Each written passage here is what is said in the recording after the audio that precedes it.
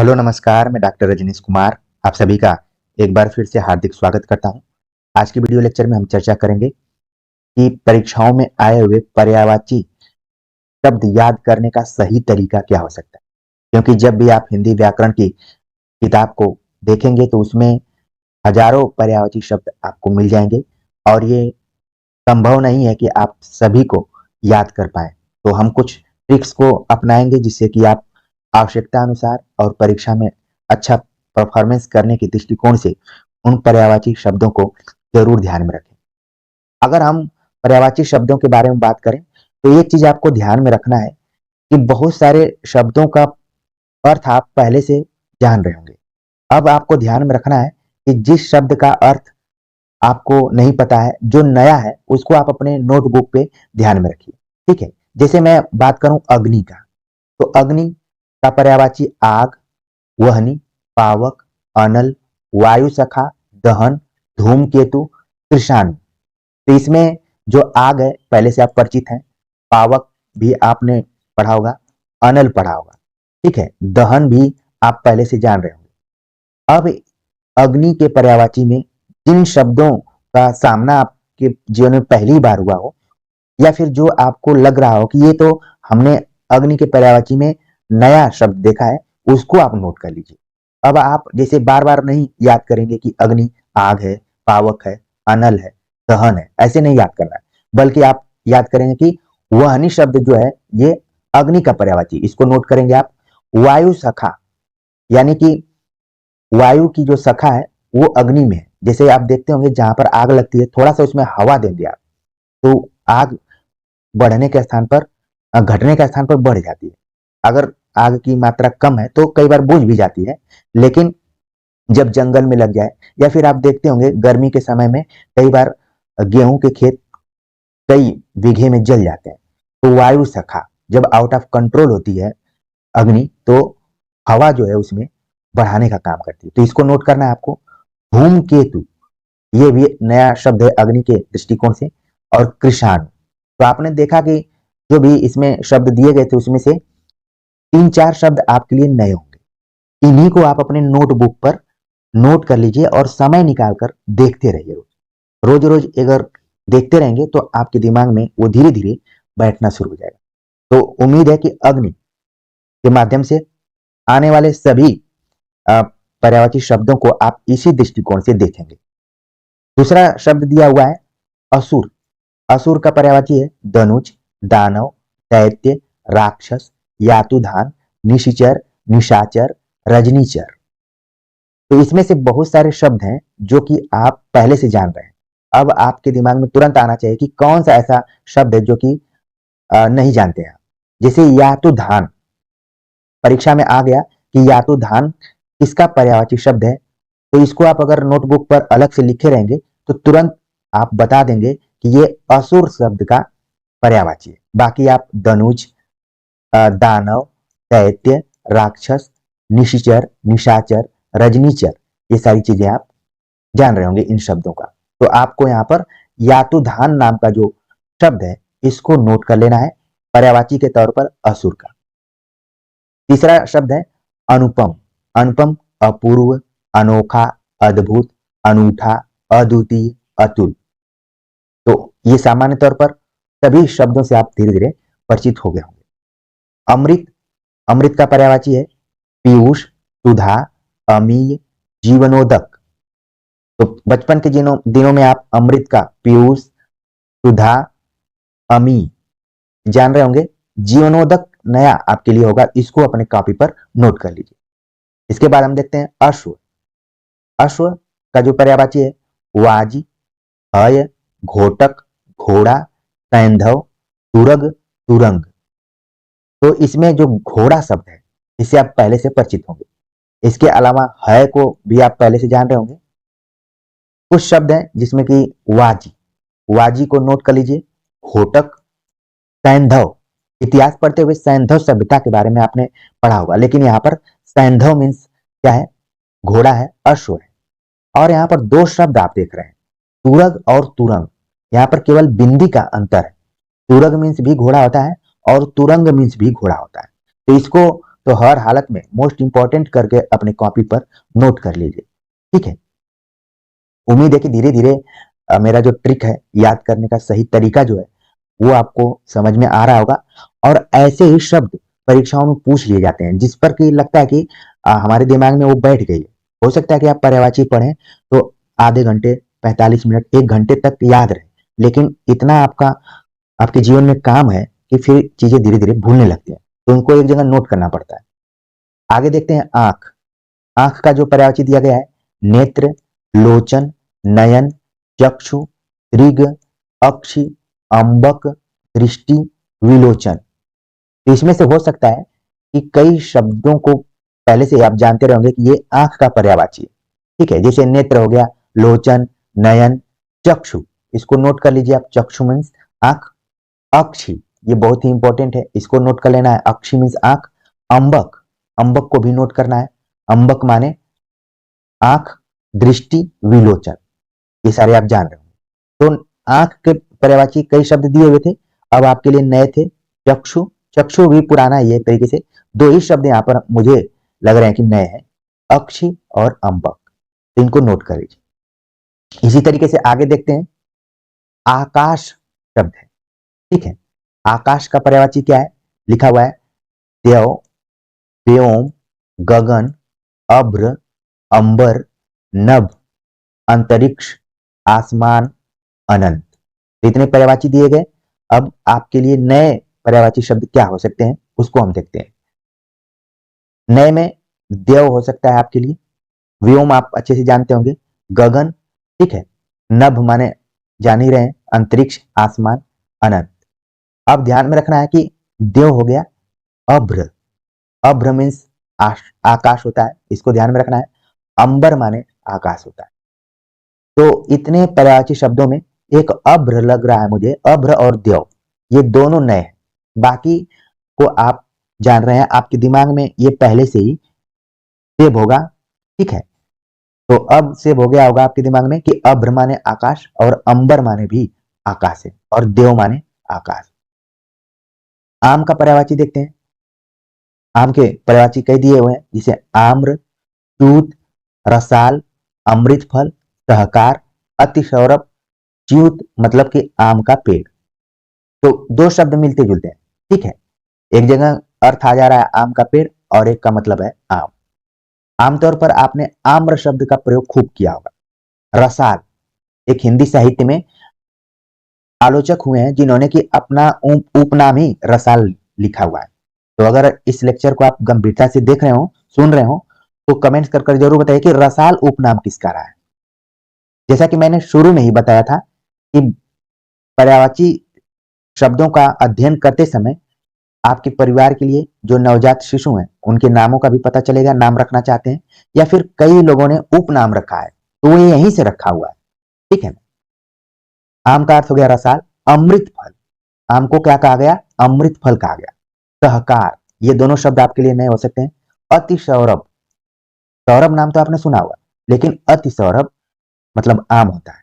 ठीक है, तो नए जो पर्यायवाची आम के मिले आपको, अमृत फल, सहकार, अति सौरभ, तीन मिले और बाकी को अपने ध्यान में रखिए।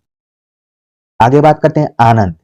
आनंद शब्द है तो इसका जो पर्यायवाची है, मोद, प्रमोद, हर्ष, आमोद, सुख, प्रसन्नता, आह्लाद, उल्लास। जैसे मैंने आनंद शब्द के पर्यायवाची शब्दों का नाम लिया, आपके दिमाग में आगे और कि फला फला को मैं जानता हूं, जिसमें कि मोद, प्रमोद, आमोद, इन तीनों को तो आप वैसे ही याद कीजिए कि घर के परिवार में 3 व्यक्तियों के नाम है। इसके अलावा हर्ष, प्रसन्नता, आह्लाद, उल्लास, तो लगभग आनंद शब्द के सभी अर्थों से आप परिचित हैं।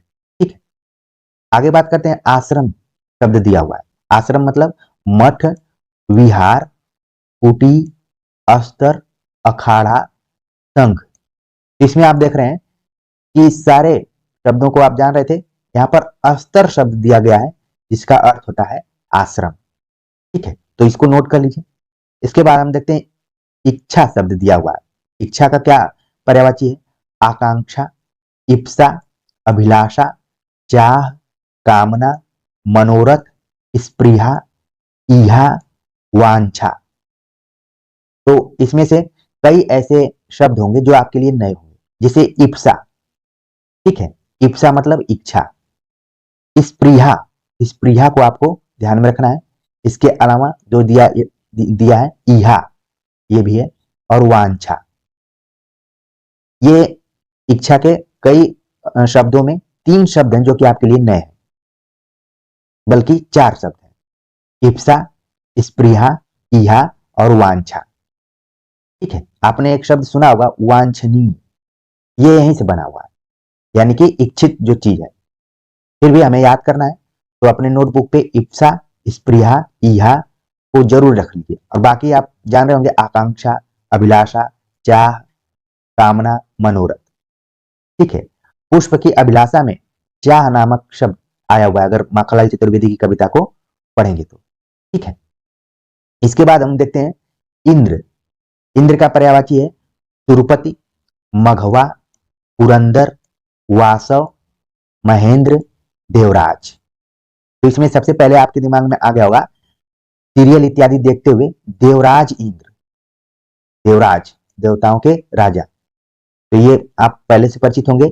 इसके अलावा सुरपति, सुर मतलब देवता और पति मतलब जो उनका राजा, स्वामी हो, तो ये सब। लेकिन ध्यान में रखना है मघवा, अगर परीक्षा में आ जाए कि मघवा किस शब्द का पर्यायवाची है, तो आपके दिमाग में आना चाहिए कि इंद्र का है। पुरंदर भी कई बार पूछा जाता है, पुरंदर इंद्र। वासव, वासव दत्ता नाम की एक रचना है, वहीं से लिया गया है, वासव मतलब इंद्र। महेंद्र मतलब इंद्र। तो इसमें से जो भी नए शब्द आपके लिए हो, जरूर आप अपनी नोटबुक पर नोट कर लीजिए। इंद्र, आप देखेंगे कि ऐसे व्यक्ति रहे हैं कि इनकी कुर्सी हमेशा खतरे में रही है।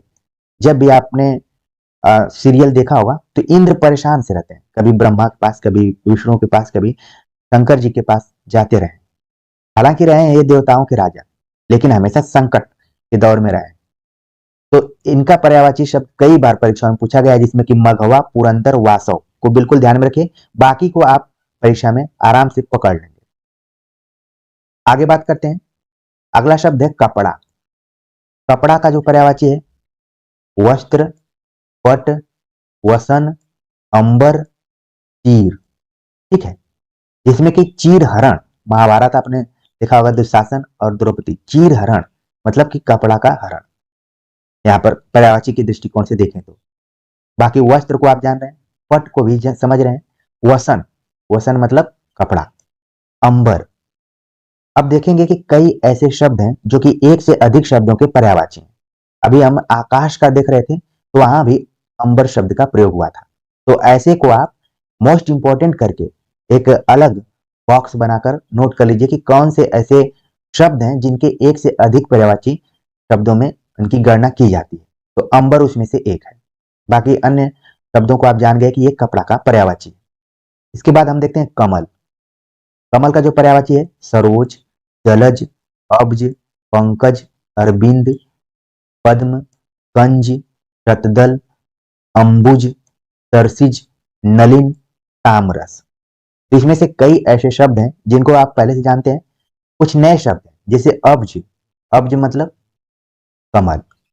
इसके बाद है शतदल, खासतौर से कमल के पर्यायवाची में अंत में ज का प्रयोग होता है, जितना आप देख रहे हैं, ज मतलब उत्पन्न होना, जो तालाब में उत्पन्न होता है, जो जल में उत्पन्न होता है। आब मतलब अब्ज।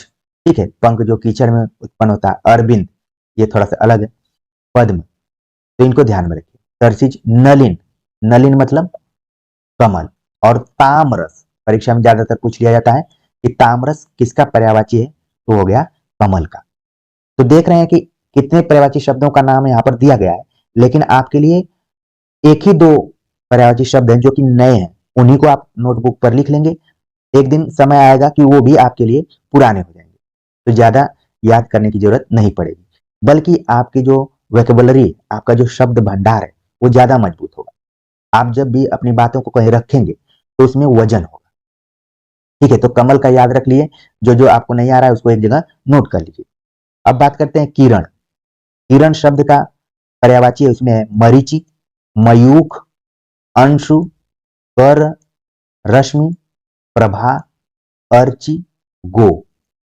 ये क्या है, किरण का पर्यायवाची। तो इसको मोस्ट इंपॉर्टेंट करके आप नोट कर लीजिए। हो सकता है कि बहुत सारे शब्द जो आपके लिए नए हों, जिसमें पुराने में अगर बात करें तो रश्मि आपके लिए पुराना हो सकता है, प्रभा भी पुराना हो सकता है, बाकी सब नए हैं। मरीचि, मयूख, अंशु, कर, कर मतलब किरण भी होता है, कर मतलब हाथ भी होता है, ठीक है। अर्ची, अर्ची को जरूर ध्यान में रखिए, इसी से बना हुआ शब्द अर्चिता, बहुत लोगों का नाम भी होता है। गो मतलब किरण होता है, और गो मतलब कई जगह गाय का भी प्रयोग होता है, ठीक है। तो आपको किरण शब्द देख रहे हैं कि इसमें जितने भी पर्यायवाची शब्दों का नाम दिया गया है वो आपके लिए ज्यादातर नए ही है, तो इनको आप नोट कर लीजिए। इसके बाद शब्द जो है कुबेर, कुबेर मतलब इसका जो पर्यायवाची दिया गया है कि नरेश, यक्षराज, धनद, धनाधिप, राजराज। तो हम लोग आमतौर पर कुबेर का मतलब ये पढ़ते थे कि जिसके पास खूब धन हो वो कुबेर कहलाता है, ठीक है। अब यहाँ पर देखिए इसका पर्यायवाची किन्नरेश अगर आ जाए तो आप कुबेर का अर्थ वहां पर लगाएंगे। यक्षराज ये भी कुबेर का पर्यायवाची है। धनत को आप पकड़ लेंगे, धनाधिप को पकड़ लेंगे, राजराज, ठीक है, ये कुबेर का अर्थ है। तो तीन आपको यहाँ पर अर्थ नए हैं, इन तीनों को नोट कर लीजिए। इसके बाद देखते हैं गणेश। गणेश दिया हुआ, गणेश का पर्यायवाची काफी इंपॉर्टेंट है आपकी परीक्षा के दृष्टिकोण से, कहीं ना कहीं पूछ ही लिया जाता है, इसको मोस्ट इंपॉर्टेंट करके रखिए। और देखते हैं कि कितने शब्दों से आप पहले से परिचित हैं और कितने शब्द हैं जो कि आपके लिए नए हैं।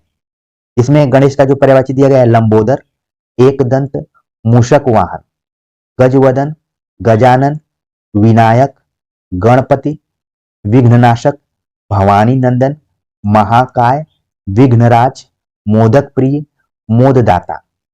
अच्छा, जितने पर्यायवाची शब्द हैं, जैसा कि शुरू में ही हमने बताया था कि ये समान अर्थ वाले होते हैं। कई बार पर्यायवाची शब्द जिस शब्द के पर्यायवाची होते हैं उसके कुछ गुणों से भी मेल खाते हैं, जैसे कि लंबोदर। अब लंबोदर दिया गया है तो जिसका उदर लंबा हो, यानी कि गणेश की जब भी मूर्ति आप देखेंगे तो वहां पर उनके पेट को लंबा दिखाया गया है। एक दंत, एक दांत, मूषक वाहन, चूहा जिसका वाहन हो, गजवदन जिसका मुख हाथी का हो, गजानन, आनंद मतलब मुख वही है, विनायक, ठीक है, इसको ध्यान में रखना है। गणपति, इसको भी ध्यान में रखना है आपको। विघ्ननाशक, ऐसा माना जाता है कि कोई भी काम शुरू किया जाता है तो गणेश का नाम लेकर किया जाता है कि बाधाओं से मुक्त कर रखें, बाधाओं का नाश करें। विघ्ननाशक, भवानी नंदन, ठीक है, महाकाय, विघ्नराज, मोदक प्रिय, मोददाता। तो इसमें आपने देखा कि गणेश के पर्यायवाची शब्दों में आपको कई ऐसे शब्द थे जो कि पहले से मालूम थे, लेकिन कुछ शब्द हैं जो कि आपके लिए नए हो सकते हैं। अब ये नए का जो मैं बात कर रहा हूं ये अलग अलग विद्यार्थियों के लिए अलग अलग हो सकता है, ठीक है। तो जो आपको नया लग रहा है, जो आपको लग रहा है कि ये मेरे लिए कठिन है, उसको नोट कर लीजिए। चलिए आगे बात करते हैं गंगा।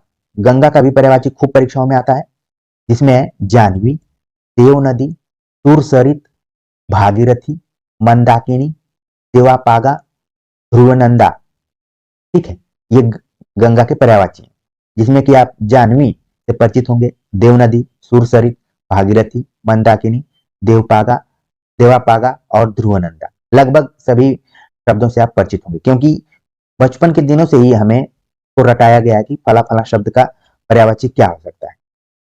आगे बात करते हैं गेह।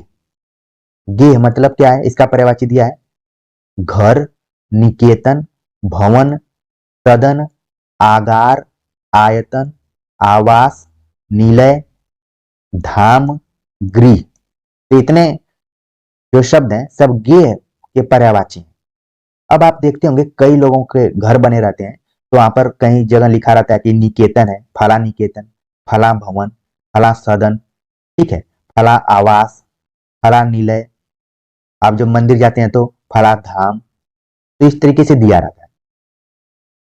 तो जो आपको नया लग रहा हो इसमें, जैसे घर आप जान रहे हैं, निकेतन भी जान रहे हैं, भवन, सदन, आगार शब्द जो है आपके लिए नया है। आगार मतलब गे, आयतन भी नया है, ठीक है। बाकी जितने भी शब्द दिए गए हैं सबसे आप परिचित होंगे।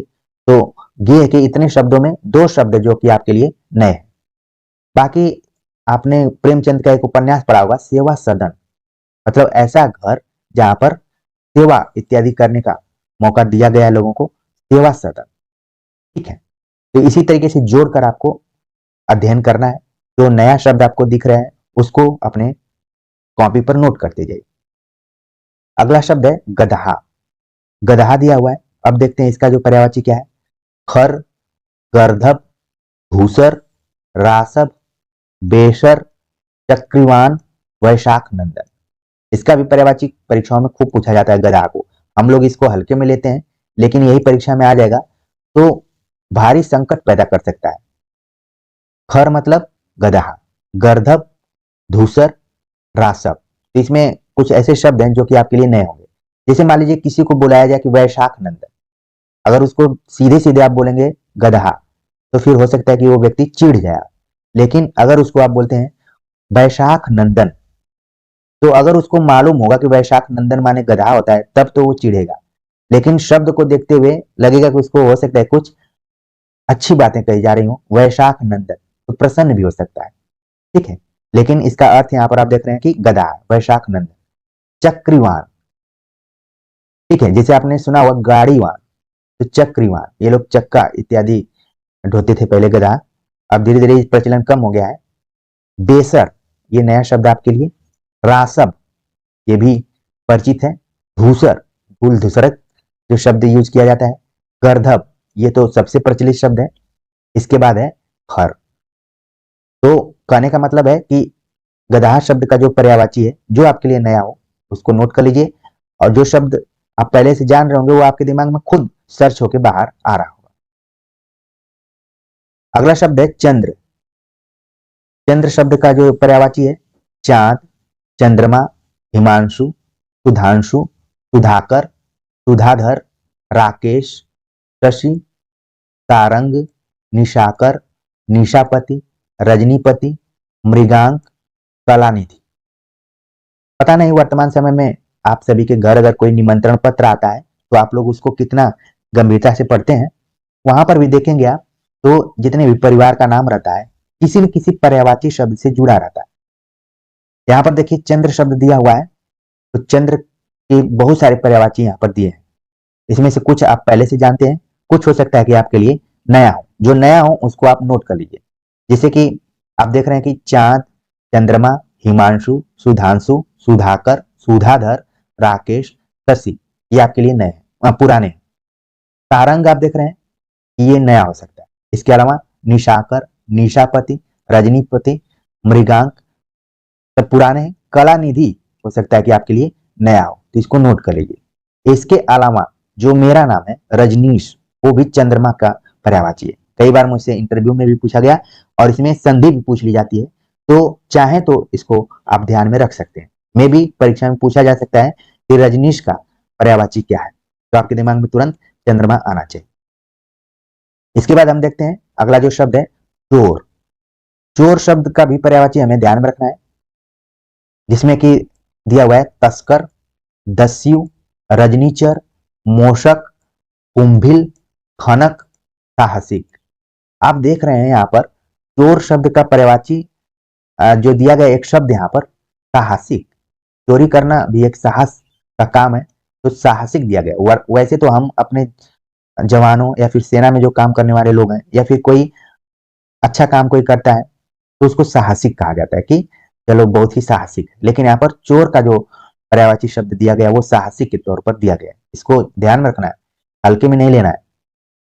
आपने देखा हुआ तस्करी शब्द यूज होता है, अखबारों में पढ़ते होंगे, तो तस्कर, चंदन तस्कर, वीरप्पन का नाम आपने सुना होगा, तो चंदन की चोरी करते थे वो, और तस्कर शब्द जो चोर के लिए प्रयुक्त है यहाँ पर। दस्यु, खासतौर से जो समुद्र इत्यादि में चोरी करते हैं उनको दस्यु। रजनीचर, रात में चलते हैं चोर, ज्यादातर आप लोग अपने गांव में कई चोरियां सुने होंगे तो वहां से रजनीचर। मोशक, कुंभिल शब्द चोर के लिए प्रयुक्त किया गया है। ठीक है, कुछ ऐसे शब्द हैं जो कि बहुत कम यूज होते हैं और वही परीक्षा में हमारे लिए घातक साबित हो जाते हैं। बहुप्रचलित शब्द परीक्षा में पर्यायवाची के तौर पर कम ही पूछे जाते हैं। तो यहाँ पर आपने देख लिया कि चोर शब्द का पर्यायवाची कौन सा आपके लिए नया था, कौन सा पुराना था। अब बात करते हैं हम जल नामक शब्द के ऊपर इसका पर्यायवाची क्या है, जल का पर्यायवाची दिया गया है नीर, सलिल, उदक, पानी, अम्बु, तोय, जीवन, वारी, पय, अमृत, मेघ पुष्प। तो कई पर्यायवाची शब्द दिए गए हैं जल के, और जल भी परीक्षा के दृष्टिकोण से बहुत ही इंपॉर्टेंट शब्द है पर्यायवाची के दृष्टिकोण से, जिसमें कि आप कई शब्दों से पहले से परिचित होंगे, नीर, सलील, पानी, ठीक है, ऐसे शब्दों से आप परिचित होंगे। अब नया क्या है आपके लिए, उदक, अम्बु, ठीक है, तोय, वारी, पय, अमृत, मेघ पुष्प। अच्छा, यहां पर अमृत जो दिया गया है, आपने इससे पहले भी अमृत नाम का एक खुद शब्द है जिसके कई पर्यायवाची हैं, एक से अधिक, ठीक है, लेकिन यहां पर जल के तौर पर भी इसको यूज किया गया है। तो ध्यान में रखना है कि उदक शब्द जब आए, अम्बु शब्द आए, वारी शब्द आए, पय मतलब दूध भी होता है, और यहां पर जल भी हो रहा है। शुरू में मैंने बताया कि समानार्थी यानी कि समानता वाले अर्थों का प्रयोग हम पर्यायवाची शब्द में करते हैं। यहाँ पर पानी शब्द दिया गया है और इसके प्रयोग के बारे में भी बताया कि मंदिर में जाएंगे जल चढ़ाने, और घर पर जब रहेंगे तो पानी आप पियेंगे, और हॉस्पिटल में रहेंगे तो पानी चढ़ाया जाता है। तो ये अंतर है। अगला शब्द है यमुना। ये भी परीक्षा में खूब पूछा जाता रहा इससे पर्यायवाची। यमुना, सूर्य सुता, सूर्य तनया, कालिंदी, अर्कजा, कृष्णा। तो आपको ध्यान में रखना है, एक नया शब्द है आपके लिए, अर्कजा। अर्कजा मतलब यमुना। सूर्य सुता, अर्क मतलब सूर्य होता है, सूर्य की जो पुत्री है वो यमुना, ऐसा माना जाता है। सूर्य सुता, सूर्य तनया, कालिंदी, कृष्णा। तो कुछ शब्द हैं जिनके इतिहास, जिनके उत्पत्ति के बारे में अगर आपको पता चले तो आप आराम से पर्यायवाची शब्दों को पकड़ सकते हैं, ठीक है। तो यमुना का हो गया, सूर्य सुता, सूर्य तनया, कालिंदी, अर्कजा, कृष्णा। तालाब शब्द का पर्यायवाची क्या है, इसमें दिया गया है सर, सरोवर, तड़ाग, ह्रद, पुष्कर, जलाशय, पद्माकर। पद्माकर शब्द यहाँ पर देखिए तालाब के अर्थ में प्रयुक्त हुआ है, और हिंदी के खासतौर से रीतिकाल के खास कवि रहे हैं पद्माकर। तो आपके दिमाग में तुरंत आना चाहिए कि पद्माकर का अर्थ तालाब से लिया गया है। बाकी कई शब्द होंगे जिससे आप पहले से परिचित होंगे, जिसमें कि सर है, ठीक है, सरोवर, तड़ाग, जब संस्कृत पढ़ते रहेंगे तो आपके लिए नया शब्द है यहाँ पर ह्रद, इसको ध्यान में रखना है, तालाब होता है। पुष्कर मतलब भी तालाब होता है। जलाशय को आप जान रहे हैं, पद्माकर। तो तीन ऐसे शब्द यहाँ पर दिख रहे हैं जो कि तालाब के दृष्टिकोण से आपके लिए नए हो सकते हैं, इनको अपने कॉपी पर नोट कर लीजिए। आगे बात करते हैं, अगला जो शब्द है दास। दास का पर्यायवाची क्या है, अनुचर, चाकर, सेवक, नौकर, भृत्य, किंकर, परिचारक। तो यहाँ पर नया जो शब्द है आपके लिए किंकर है, ठीक है, इसको ध्यान में रखना है।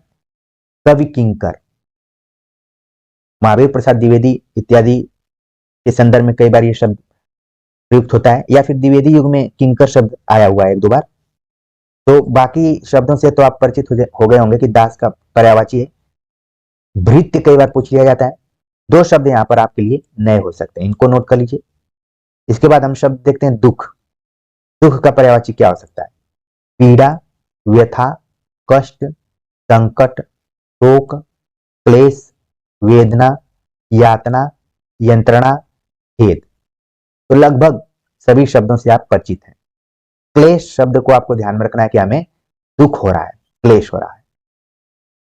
अगला शब्द है देवता। देवता का पर्यायवाची सुर, अमर, देव, निर्जर, विबुध, त्रिदंश, आदित्य, गिरवाण। ठीक है, तो इसमें कुछ ऐसे शब्द हैं जो कि आपके लिए नए हो सकते हैं, जैसे निर्जर। निर्जर शब्द देवता के लिए प्रयुक्त है। विबुध, ये भी देवताओं के लिए प्रचलित है। त्रिदश, ये नया शब्द है आपके लिए। आदित्य, आदित्य मतलब कई जगह सूर्य भी होता है, और यहाँ पर देवता के अर्थ में प्रयुक्त हुआ है। नया शब्द है गिरवाण, ठीक है। तो ये कुछ शब्द हैं जिनको कि आप अपनी कॉपी पर नोट कर सकते हैं। अगला शब्द है द्रव्य। द्रव्य मतलब दिया हुआ है धन, वित्त, संपदा, विभूति, दौलत, संपत्ति। तो जितना कठिन पर्यायवाची नहीं है, उससे कठिन खुद शब्द है द्रव्य। ठीक है, हम लोग केमिस्ट्री इत्यादि में द्रव पढ़ते थे, लेकिन यहाँ पर द्रव्य, द्रव्य मतलब कई बार पदार्थ के रूप में प्रयुक्त होता है, लेकिन यहाँ पर देखिए प्रयुक्त हुआ है धन। अगर आपसे कोई पूछे कि आपके पास द्रव्य है क्या, तो तुरंत आपके दिमाग में आना चाहिए कि धन, वित्त, संपदा, संपत्ति इत्यादि के बारे में चर्चा हो रही है। तो खुद जो शब्द है यही इंपॉर्टेंट है, इसको ध्यान में रखिए, बाकी तो आप अपने आप याद कर लेंगे। अगला शब्द है नदी। नदी का जो पर्यायवाची है उसमें है सरिता, तटिनी, आपगा, निम्नगा, निर्झरणी, कलुंकषा, तरिंगड़ी। नदी का पर्यायवाची परीक्षा में अक्सर पूछा जाता रहा है, इसको जरूर ध्यान में रखना है।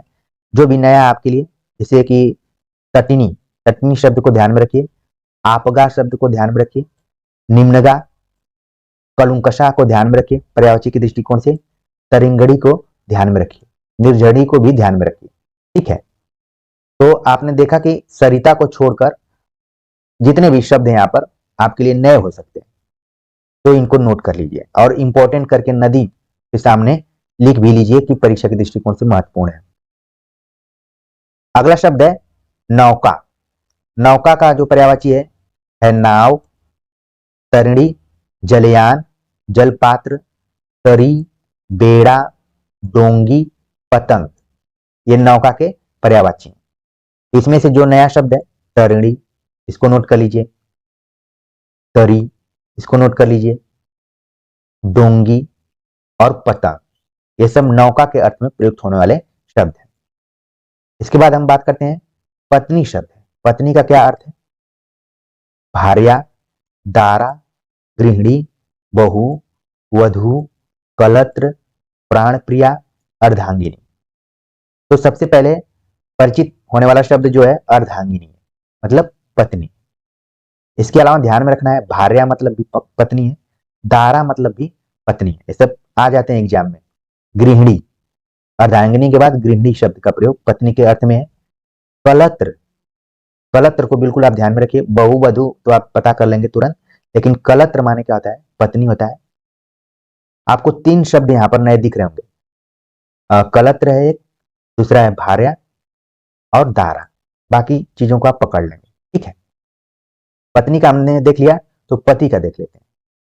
पति शब्द का जो अर्थ है यहाँ पर पर्यायवाची भर्ता, वल्लभ, स्वामी, आर्यपुत्र। तो दो नए शब्द आपको दिख रहे होंगे। भर्ता मतलब पति, कई बार आप देखे होंगे इसका तत्सम शब्द जो आता है भरतार। ठीक है, इसका गांव में खूब यूज किया जाता है भरतार का। और दुल्हन गांव मंगलचार आयो राम राजा भरतार, तो यहाँ पर कबीर ने भी पति के अर्थ में यूज किया है, तो भरता। वल्लभ, वल्लभाचार्य का नाम आपने सुना होगा, तो वहां पर वल्लभ मतलब क्या होता है? पति होता है। और स्वामी आर्यपुत्र आप देखे होंगे।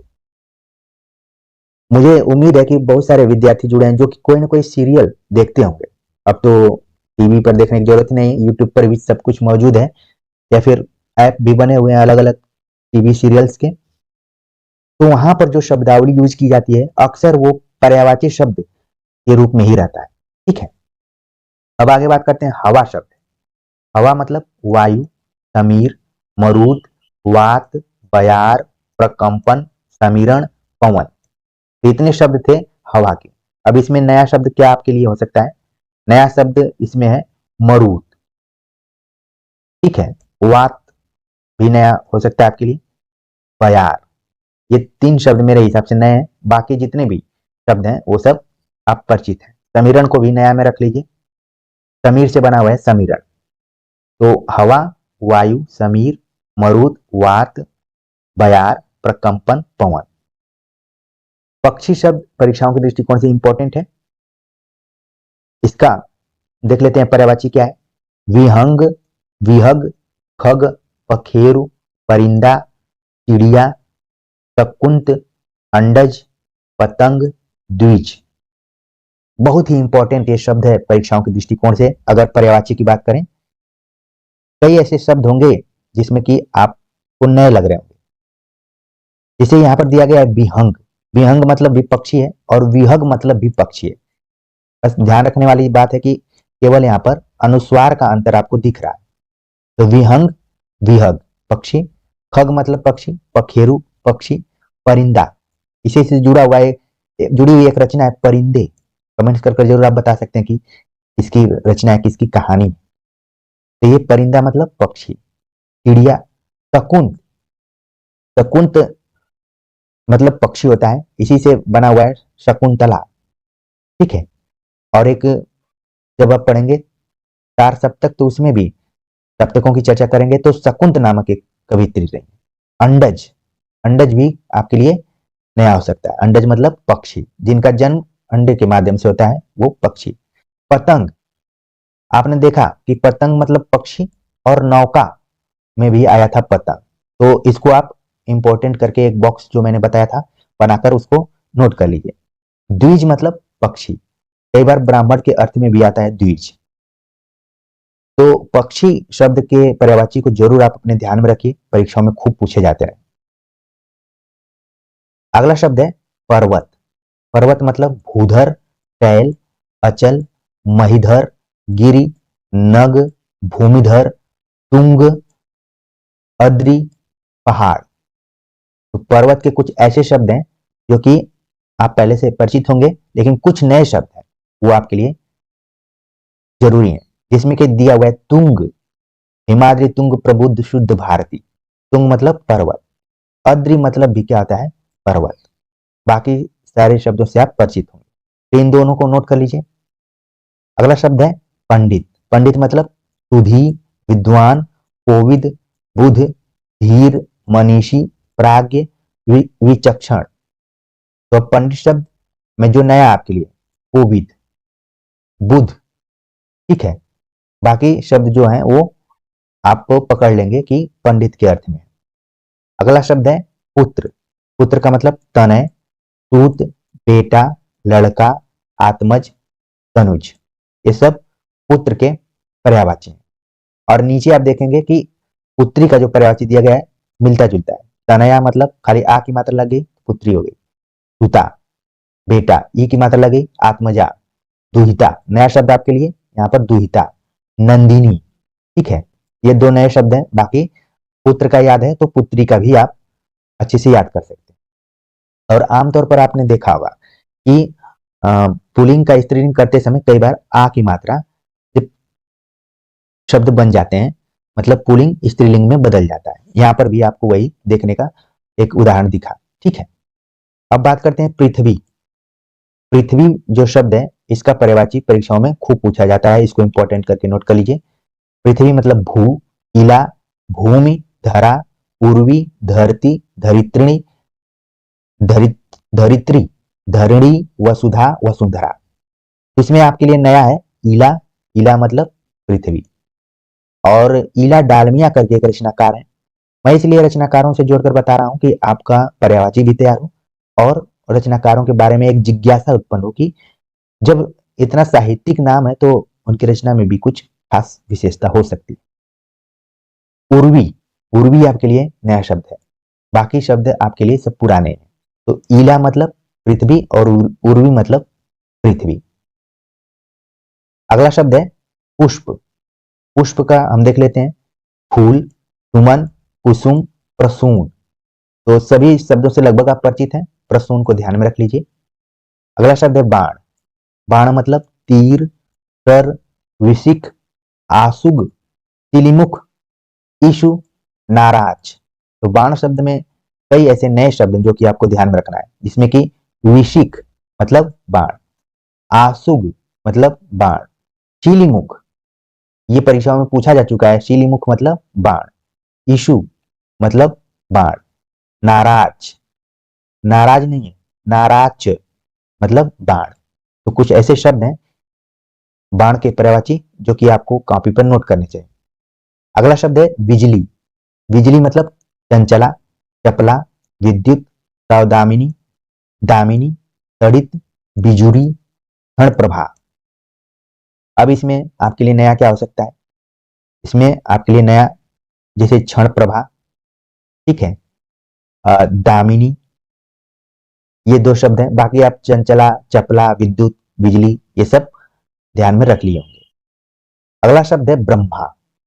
ये भी परीक्षाओं के दृष्टिकोण से इंपॉर्टेंट है, परीक्षाओं में पूछा जाता रहा है। ब्रह्मा, ब्रह्मा का पर्यायवाची क्या है? आत्मभू, स्वयंभू, चतुरानन, पितामह, हिरण्यगर्भ, लोकेश, विधि, विधाता। तो ब्रह्मा के जो पर्यायवाची शब्द हैं उसमें चतुरानन परीक्षा में पूछा जाता रहा है। ठीक है, आमतौर पर ब्रह्मा के 3 मुख दिखाई देते हैं, एक मुख पीछे है, इसलिए चतुरानन इनको कहा गया। और ध्यान में रखना है आत्मभू, स्वयंभू, भू मतलब होना और ये खुद से मतलब आत्मभू, स्वयंभू। पितामह, आमतौर पर आप सीरियल देखे होंगे तो पितामह का ज्यादा प्रयोग किया जाता है।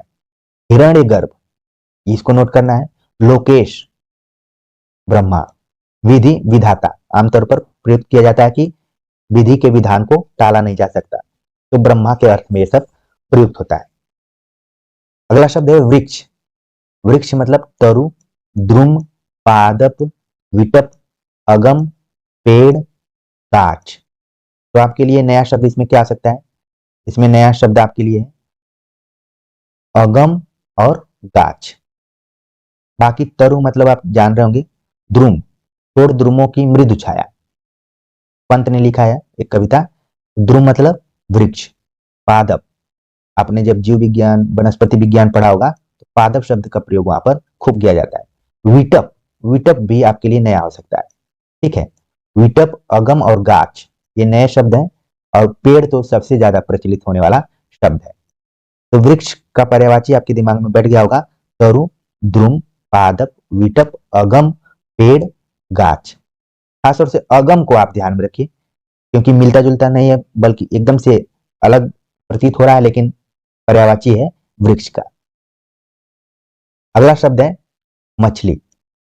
मछली का पर्यायवाची क्या है? मत्स्य, झक, मीन, जल जीवन, सफरी और झक।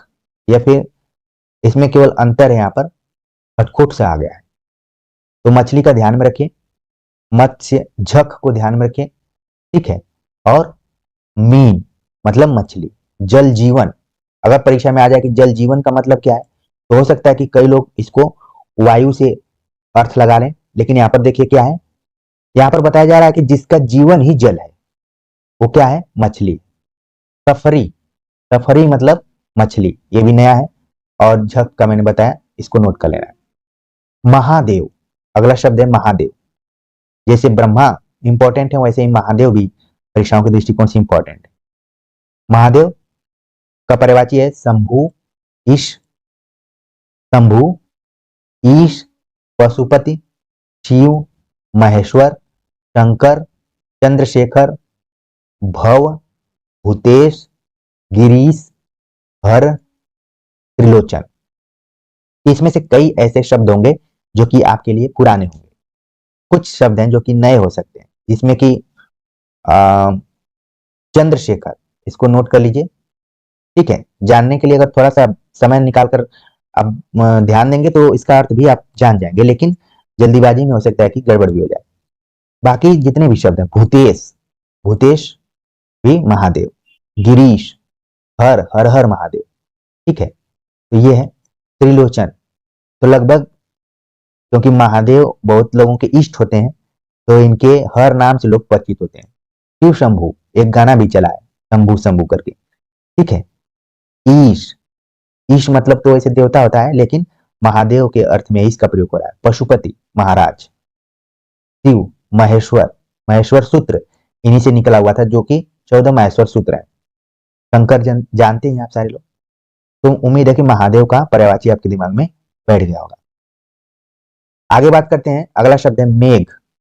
मेघ मतलब घन, जलघर, वारिद, बादल, नीरद, वारिधर, पयोद, अम्बुद, पयोधर।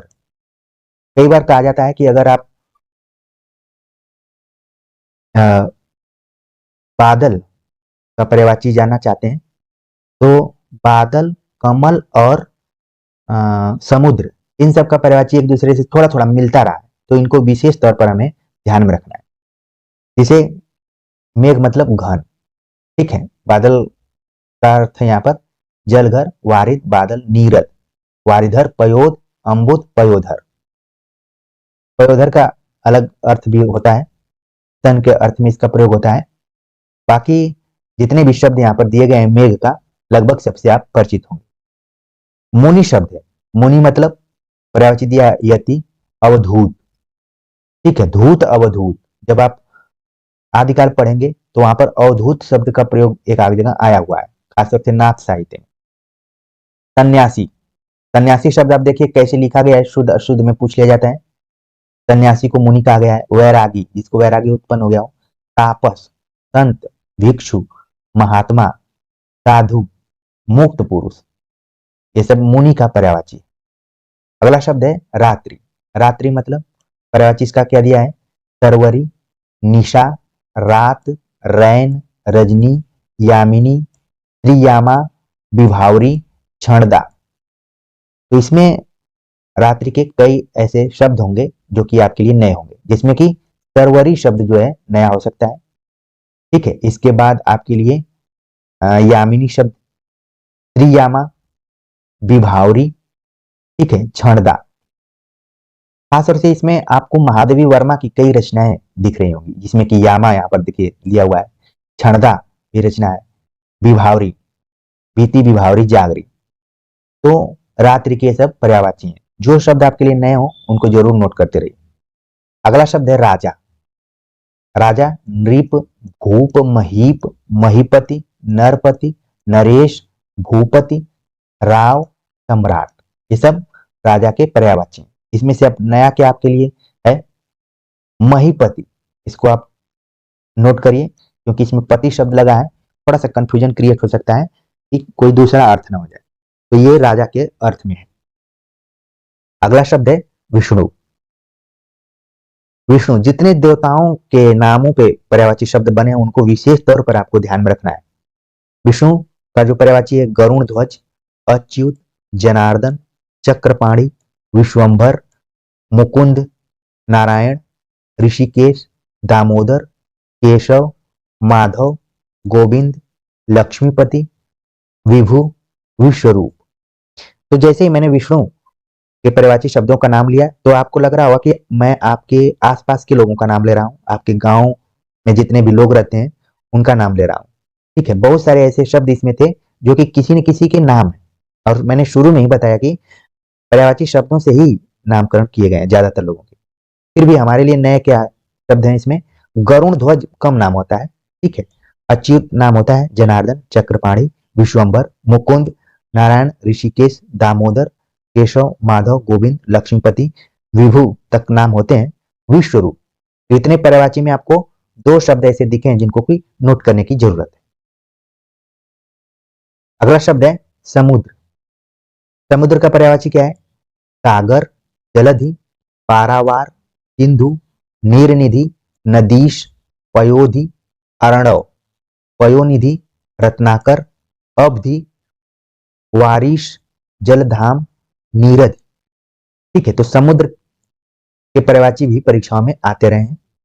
इसमें से जो आपको ध्यान में रखना है, पारावार मतलब समुद्र, ठीक है। इसके बाद अवधि, अवधि मतलब समुद्र। बाकी को आप आराम से वहां पर विकल्प के तौर पर मिलाते हुए सही आंसर निकाल सकते हैं। इन दोनों को ध्यान में रखें। एक शब्द यहाँ पर अर्णव भी है, अर्णव भी समुद्र का पर्यायवाची है। अगला शब्द है समूह। समूह मतलब समुदाय, वृंद, गण, संघ, पुंज, दल, झुंड, मंडली, टोली, जत्था। तो ये क्या है, समूह के पर्यायवाची, जिसमें आपने सुना होगा कवि वृंद, ठीक है, शिक्षक गण, छात्र गण, और रेलवे स्टेशन पर ट्रेन पकड़ने जाते होंगे तो वहां पर प्रयुक्त होता है कृपया यात्री गण ध्यान रखें। ये क्या है, समूह के अर्थ में। अगला शब्द है सरस्वती। तो मैंने जैसे आपको बताया था कि देवताओं के पर्यायवाची को जरूर ध्यान में रखिए। सरस्वती, सरस्वती का पर्यायवाची क्या है, ब्राह्मी, भारती, भाषा, वाक, गिरा, शारदा, वीणापाणी, वागीशा, ठीक है। तो सरस्वती के सभी शब्दों के जो पर्यायवाची दिए गए हैं सबको ध्यान में रखना है। और यहाँ पर सबसे आप परिचित होंगे ही, यहाँ पर देखिए गिरा शब्द जो है आपके लिए हो सकता है नया हो, बाकी सारे शब्दों से आप परिचित होंगे। अगला शब्द है सर्प। सर्प का पर्यायवाची क्या है? अहि, भुजंग, विषधर, प्याल, फणी, उरग, पन्नग, नाग, सांप। तो इसमें आपके लिए नया हो सकता है अहि शब्द जो है ये हो सकता है। इसके अलावा ब्याल, रामायणी पढ़ेंगे तो ब्याल शब्द का एक जगह प्रयोग किया गया है। फणी मतलब सांप, फन से उरग, उरग एक नया शब्द है आपके लिए, मतलब सांप। पन्नग, ठीक है। बाकी जितने भी शब्द हैं वो सब आप पकड़ लेंगे परीक्षाओं में। अगला शब्द है सोना। सोना भी पर्यायवाची दृष्टिकोण से बहुत ही इंपॉर्टेंट है। इसके पर्यायवाची शब्द हैं सुवर्ण। स्वर्ण, अब देख रहे हैं सुवर्ण जिसका रंग क्या हो? पीले कलर का हो, सोने के समान हो, सुवर्ण। और एक है स्वर्ण, दोनों में अंतर है, बोलने में भी और लिखने में भी। कंचन, फाटक, कनक, हिरण्य, हेम, जात रूप। तो सोना के पर्यायवाची में आपको ध्यान रखना है जात रूप, हेम, हिरण्य, फाटक, ठीक है। इन चारों शब्दों को बिल्कुल ध्यान में रखना है, बाकी को आप परीक्षा में पकड़ लेंगे। अगला शब्द है सूर्य। सूर्य से संबंधित ये पर्यायवाची खूब परीक्षाओं में पूछे जाते रहे। इसमें है मार्तंड, दिनकर, रवि, भास्कर, मरीचि, प्रभाकर, सविता, पतंग, दिवाकर, हंस, आदित्य, भानु, अंशुमाली। तो इसमें आपके लिए नया क्या हो सकता है? मार्तंड को ध्यान में रखिए, नया है, ठीक है। मरीचि, मरीचि, ठीक है। पतंग, आप देख रहे हैं यहाँ पर पतंग शब्द फिर से आ गया है एक नए पर्यायवाची शब्द में। कमेंट्स कर आप बताइए, क्योंकि इस लेक्चर में 3 जगह पतंग शब्द का प्रयोग आपने देखा है पर्यायवाची के तौर पर। आज जो बच्चे सीरियसली इस लेक्चर को देखे होंगे जरूर वो कमेंट्स कर बताएंगे, मैं इसका इंतजार करूंगा। पतंग मतलब सूर्य, दिवाकर ध्यान रहे हंस, भानु, आदित्य, अंशुमाली। तो इसमें से मुख्य तौर पर 2-3 ही शब्द ऐसे हैं जिनको कि आपको ध्यान में रखना है। अगला शब्द है सिंह। सिंह पर्यायवाची शब्दों के दृष्टिकोण से बहुत ही इंपॉर्टेंट शब्द है।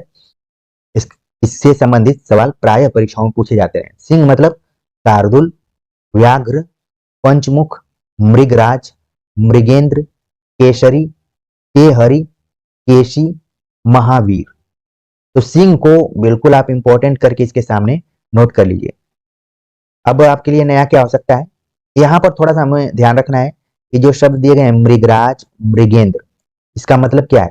सिंह। कई बार इसको लोग हिरण इत्यादि भी समझ जाते हैं, तो ध्यान में रखना है कि मृगराज मतलब सिंह, मृगेंद्र मतलब सिंह होता है। केसरी, केसरी, केहरि और केशी, ये भी शब्दों को आपको ध्यान में रखना है कि ये सब सिंह के पर्यायवाची हैं। पंचमुख, पंचानन, पंचमुख, ठीक है। तो यहां पर आपको ध्यान में रखना है कि पंचमुख मतलब सिंह होता है। अगला शब्द है सुंदर। सुंदर का जो पर्यायवाची दिया है रुचिर, चारु, रम्य, सुहावना, मनोहर, रमणीक, चित्राकर्षक, ललित। मतलब क्या होता है? सुंदर होता है। अगला शब्द है स्त्री। स्त्री का पर्यायवाची दिया है नारी, वनिता, महिला, कांता, रमणीक। तो यहां पर आपको खासतौर से वनिता शब्द को ध्यान में रखना है और कांता शब्द को ध्यान में रखना है। ये सब स्त्री के पर्यायवाची हैं। और आपने पढ़ा होगा कि भूषण बिनुन बिराज ही कविता वनिता मित्य। तो वनिता शब्द का यहाँ पर प्रयोग किया गया है स्त्री के रूप में। और कांता शब्द का प्रयोग आपने देखा होगा कि काव्यम यशसे अर्थकृते व्यवहार विधि शिवेत क्षते सद्य पर निवृत्ते कांता संमितयोपदेश युजे। तो मम्मट द्वारा दिया गया एक काव्य प्रयोजन का एक लक्षण था, वहां पर कांता शब्द का प्रयोग किया गया है जो कि स्त्री के तौर पर, और वनिता शब्द का प्रयोग मैंने भूषण बिनुन बिराजी कविता वनिता मित्र, जो कि खास अलंकार की परिभाषा दी गई है। किसके द्वारा दी गई है इसको भी आप कमेंट्स करके बता सकते हैं, ठीक है। तो ये कुछ पर्यायवाची शब्द थे जिनके पर्यायवाची शब्दों को हमने देखा और उन शब्दों को पकड़ने की कोशिश की जो कि आपके लिए नए हो सकते हैं। उनको आप कॉपी पे नोट करेंगे और पर्यायवाची शब्दों को याद करने का सही तरीका यही हो सकता है कि बहुत सारे तथ्य आपके दिमाग में पहले से भरे पड़े हैं, अब उन तथ्यों को खोजना है जो कि आपके लिए नए हैं, उनको आप नोट कर लीजिए। इससे क्या हो जाएगा कि आपकी तैयारी कंप्लीट हो जाएगी पर्यायवाची के दृष्टिकोण से। हमने इस लेक्चर में 3 से 4 होमवर्क आपको दिया है, केवल होमवर्क कमेंट्स के तौर पर ही करना है तो उन होमवर्क को भी कीजिए, जिससे कि लगे कि आप सभी गंभीरता से लेक्चर्स को सुनते हैं। और ये भी कमेंट्स कर जरूर बताइए कि पर्यायवाची शब्द जो कि आप बचपन के दिनों में याद किया करते थे, आज पढ़कर आपको कैसा लगा। तो मिलते हैं एक नए टॉपिक और लेक्चर के साथ, तब तक के लिए नमस्कार।